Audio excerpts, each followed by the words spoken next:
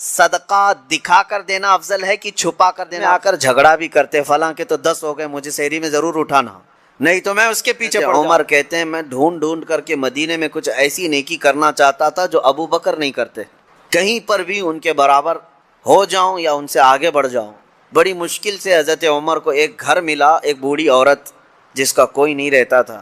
حضرت عمر نے طے کر لیا کہ اس کے بیوہ عورت ہے، اس کے گھر کا سارا کام میں کر دوں گا، کسی کو پتہ بھی نہ چلے، نیکی کا کام ہے۔ وہ فجر میں نماز کے بعد جا کر دیکھے تو اس عورت کا سارا گھر کا کام پہلے سے کیا ہوا ہے، جبکہ وہ بستر سے اٹھ نہیں پاتی، اس کے گھر کے برتن، اس کا بستر، سب کچھ صاف ستھرا ہے۔ دوسرے دن آ کر دیکھے وہی حال تھا۔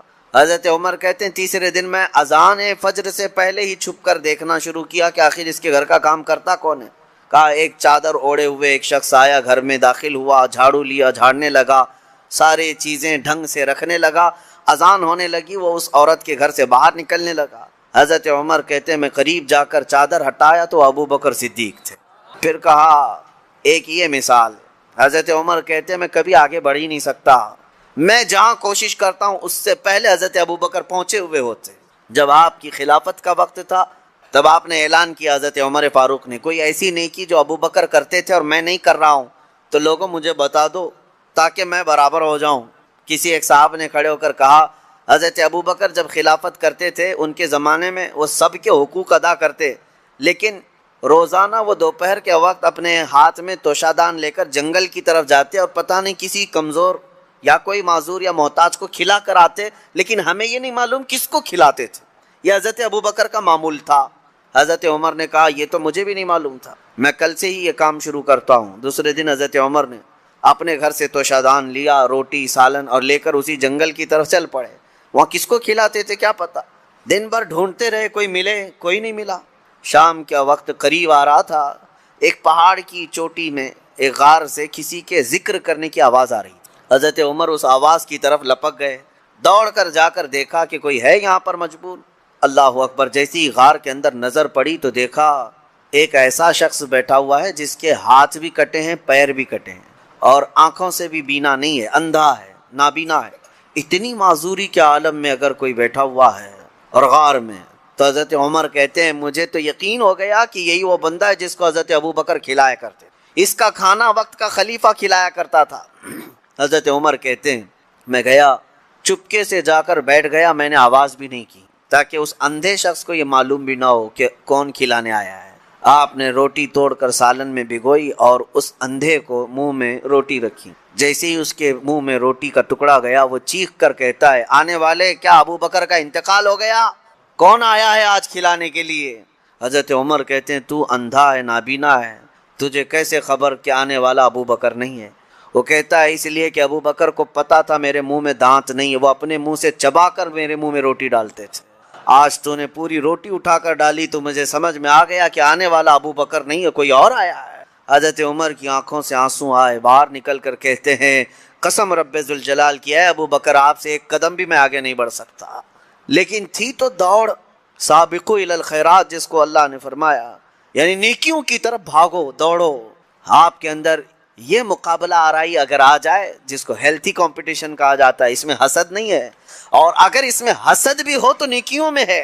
رشک جس کو کہتے ہیں، جس کو فرمایا گیا حسد ایک جگہ جائز ہے وہ علم ہے، یعنی اس کو اتنا علم ہے تو میں اور علم حاصل کروں۔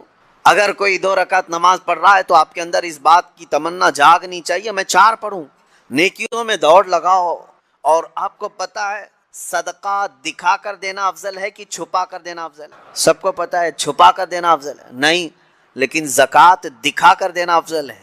زکوٰۃ کو چھپا کر نہیں، دکھا کر دینا افضل ہے۔ کیوں؟ تم جتنا بانٹ رہے ہو دوسروں کو بھی ترغیب ہو، اس سے زیادہ وہ خیرات کرے۔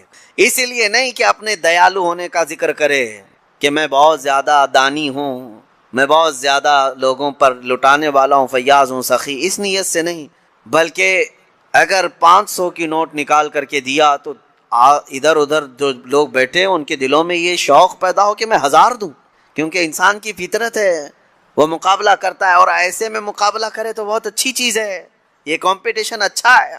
اور میں اسی بات کی ترغیب دیتا ہوں نوجوانوں کو بھی، کیا آپ خود دوسروں کے متعلق بہت ساری چیزیں پوچھتے رہتے ہیں، بہت ساری چیزیں پوچھتے ہیں، کتنا کماتے ہو، نوکری کون سی ہے، کون سی کمپنی ہے, سیلری کتنی, پیکج کتنا, یہ سب سوالات ہیں.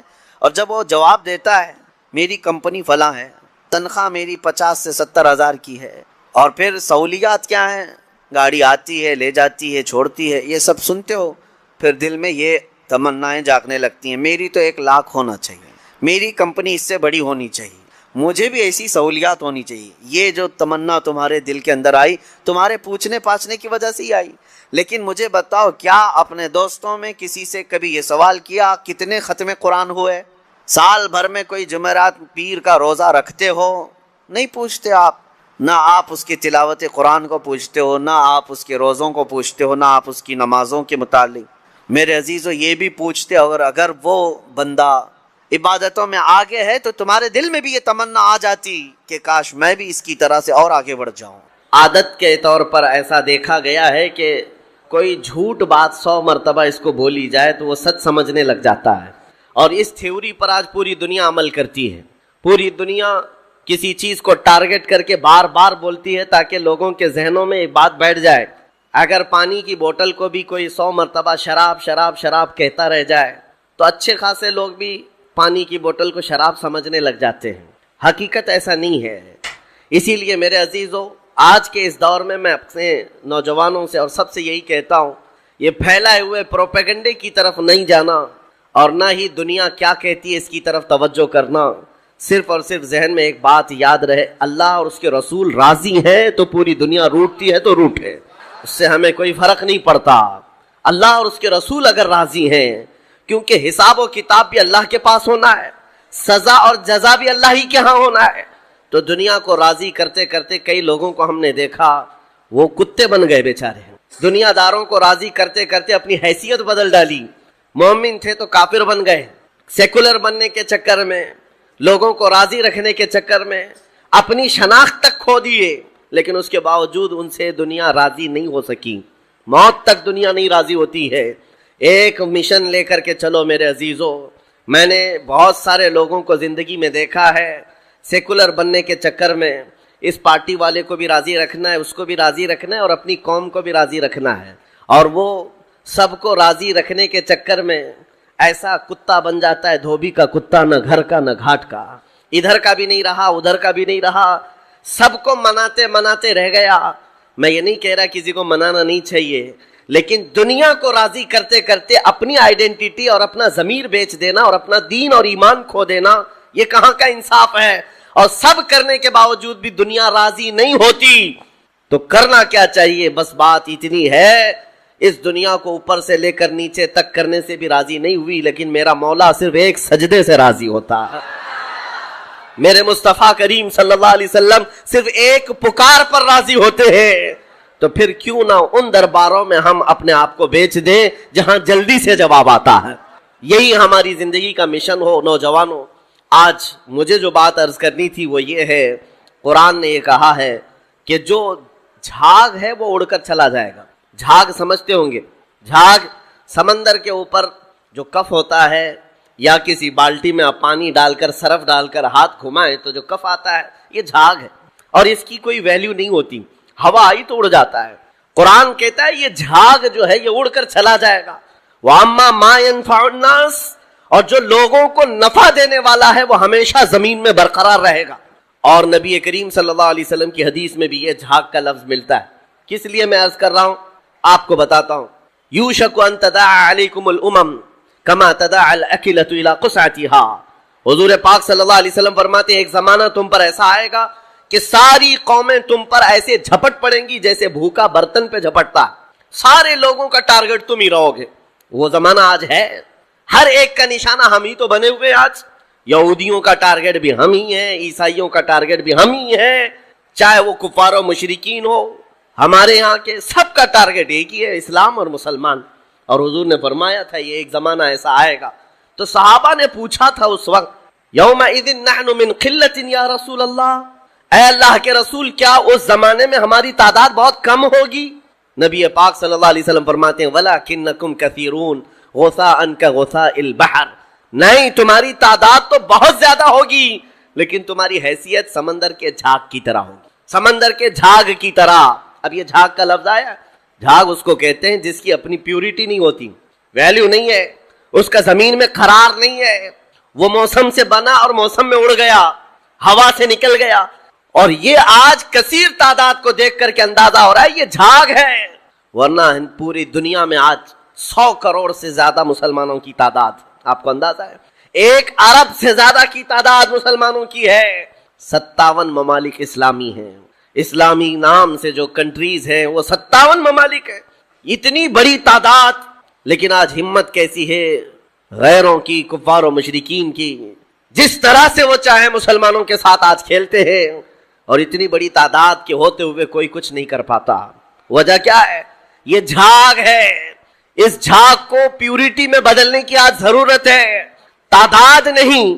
اسی لیے میں ایک جملہ اکثر کہا کرتا ہوں، اسلام میں کوانٹیٹی نہیں کوالٹی دیکھی جاتی. اسی کوالٹی کا نام اخلاص ہے، اسی کوالٹی کا نام پیورٹی ہے.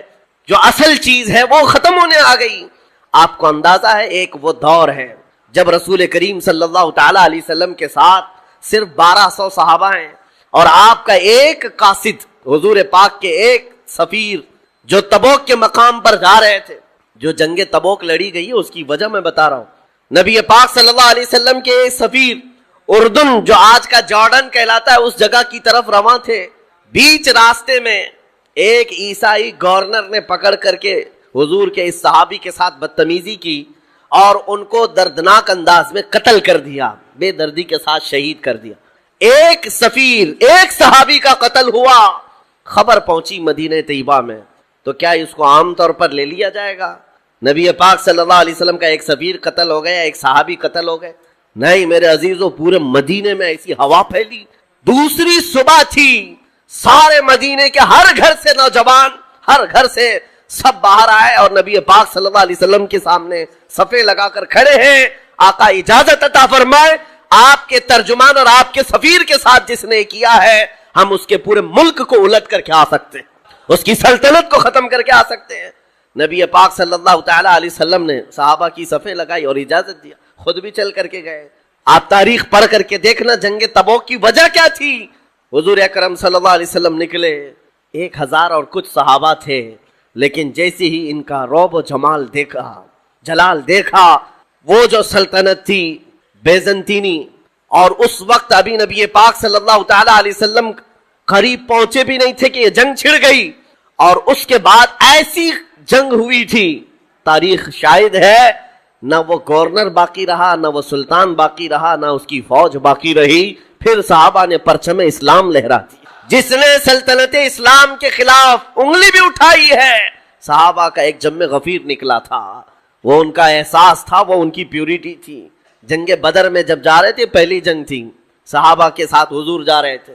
پتہ ہے مدینہ طیبہ سے بدر کا میدان 160 کلومیٹر ہے، تقریباً 160-180 کلومیٹر کے قریب پیدل چل کر کے گئے تھے. اور وہاں جانے کے بعد جو صحابہ ہیں ان کو حضور پاک نے ایک خطاب کیا تھا رات کو کہ اگر تم میں سے کسی کو مدینہ واپس جانا ہے تو چلے جاؤ. سختیاں بڑھ گئی، 1000 سے زیادہ کافر آ گئے، ہتھیار جنگ سب لے کر کے. تو صحابہ کیا کہتے ہیں جانتے ہیں؟ رات میں کھڑے ہو کر انصار صحابہ یہ کہتے ہیں، یا رسول اللہ ہم بنی اسرائیل نہیں ہیں، بنی اسرائیل نہیں ہیں جنہوں نے موسیٰ علیہ السلام سے کہا تھا آپ جائیے اور آپ کا خدا اور آپ مل کر کے لڑیں. ہم امت محمدیہ ہیں. یا رسول اللہ آپ تو بدر تک لائے ہیں جو 160 کلومیٹر کا سفر ہے. اگر میرے آقا آپ 1000 کلومیٹر دور یمن تک بھی لے جاتے، ہم میں سے کوئی پلٹ کر کے نہیں دیکھتا، آپ کے ساتھ چلتے. یہ صحابہ کا جو احساس تھا نبی پاک صلی اللہ تعالی علیہ وسلم کے ساتھ چلنے کا، وہ اسلام کو ایسا مضبوط بنایا ہوا تھا کہ کسی کو آنکھ اٹھا کر دیکھنے میں 1000 بار سوچنا پڑتا. ڈیفنس جو مضبوط ہوتا ہے وہ ہمارے اتحاد سے اور ہمارے احساس سے، تعداد سے نہیں. آج بھی بہت سارے لوگوں کے پاس تعداد ہے لیکن وہ تعداد معنی نہیں رکھتی. قرآن پاک میں اللہ تعالیٰ نے فرمایا ہے ان یکم منکم 20 صابرون یغلبوا 200. اگر تم میں 20 لوگ صبر والے ہو جائیں، اللہ فرماتا ہے میں 200 پر انہیں غالب کروں گا. قرآن کا فرمان جھوٹا نہیں ہے، قرآن کا فرمان غلط نہیں ہو سکتا. بس وہ قوم کہاں ہے جن کے اندر پیورٹی تھی، اخلاص تھا، جو حساس تھے. آج دل درد کرتا ہے جب فلسطین کے بچوں کی شہادت دیکھتے ہیں. آج 5000 سے زیادہ صرف چھوٹے بچے قتل کیے گئے. ان کا قصور کیا تھا؟ بن کھلے مرجھا گئے. ان کلیوں کا کیا کہنا ہے جو دنیا کی ابھی رعنائیاں دیکھے تک نہیں ہے؟ ان بچوں کی شہادتوں پر دنیا آج خاموش تماشائی ہے. میرے عزیزوں، کفار و مشرکین، یورپ کے یہ سارے فسادی، امریکہ جیسے جتنے دادا گیری کرنے والے لوگ ہیں، ان کا تو مذہب ہی ہے.